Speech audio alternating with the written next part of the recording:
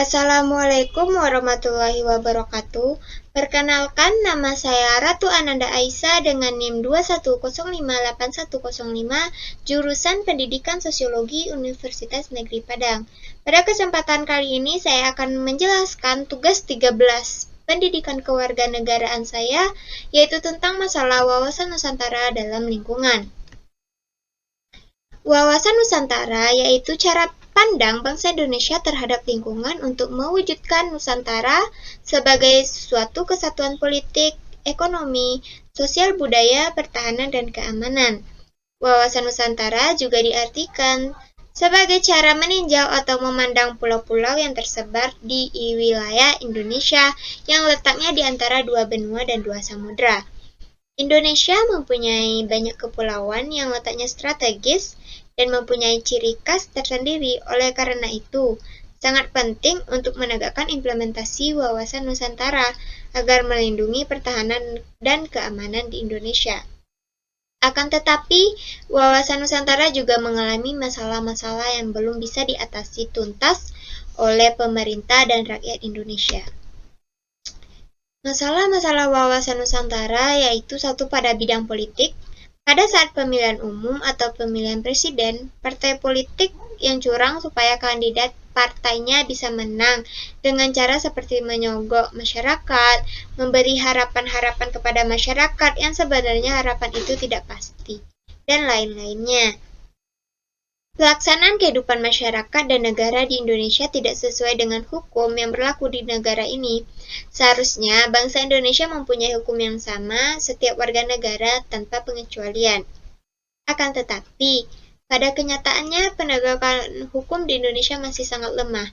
Contohnya saja, pada saat pejabat korupsi saja masih bisa menyogok aparat penegak hukum, dan pada akhirnya hukumannya diringankan dan di dalam penjara mendapatkan fasilitas yang layak. Sementara, rakyat biasa yang hanya mencuri kayu masuk penjara dengan hukuman yang lebih berat dibandingkan pejabat yang korupsi. Apakah itu masuk akal? Menurut saya tidak masuk akal sama sekali. Yang kedua yaitu pada bidang ekonomi. Sebenarnya wilayah Nusantara kita memiliki potensi ekonomi yang tinggi, yaitu wilayah laut yang luas, hutan tropis, hasil tambang dan minyak yang besar. Akan tetapi, penduduk Indonesia tidak memanfaatkannya dengan baik. Contohnya saja, tambang batu bara kita sudah dikuasai oleh negara asing.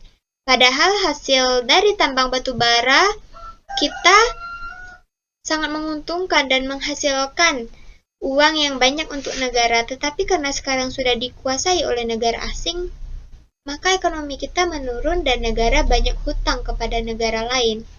Yang ketiga, pada bidang sosial budaya. Pada saat pengembangan budaya Indonesia, seharusnya masyarakat Indonesia melestarikan kekayaan dan budaya Indonesia, tetapi pada kenyataannya masih banyak masyarakat Indonesia melestarikan budaya asing. Contohnya saja, dulu masyarakat Indonesia berpakaian dengan sopan, tetapi pada sekarang ini dengan perkembangan zaman, masyarakat Indonesia sudah mulai meniru cara berpakaian negara asing, yaitu dengan berpakaian yang lebih terbuka. Yang keempat pada bidang pertahanan dan keamanan. Pembangunan pertahanan dan keamanan negara Indonesia masih sangat lemah. Setiap warga negara harus berperan aktif untuk memelihara lingkungan tempat tinggal dan melaporkan hal-hal yang mengganggu keamanan kepada aparat negara. Akan tetapi, pada kenyataannya, tingkat penjagaan keamanan dan pertahanan kita masih lemah. Contohnya saja, masih banyak negara tetangga kita seperti Malaysia dan Filipina yang bisa mengambil dan mencuri ikan di wilayah laut Indonesia. Hal ini harus diperhatikan dengan serius oleh pemerintah, agar wilayah pulau dan terluar Indonesia tidak diambil oleh negara tetangga. Salah satu contoh kasus wawasan Nusantara yang ada di Indonesia yaitu kasus terpecahnya Timor Leste dari Indonesia.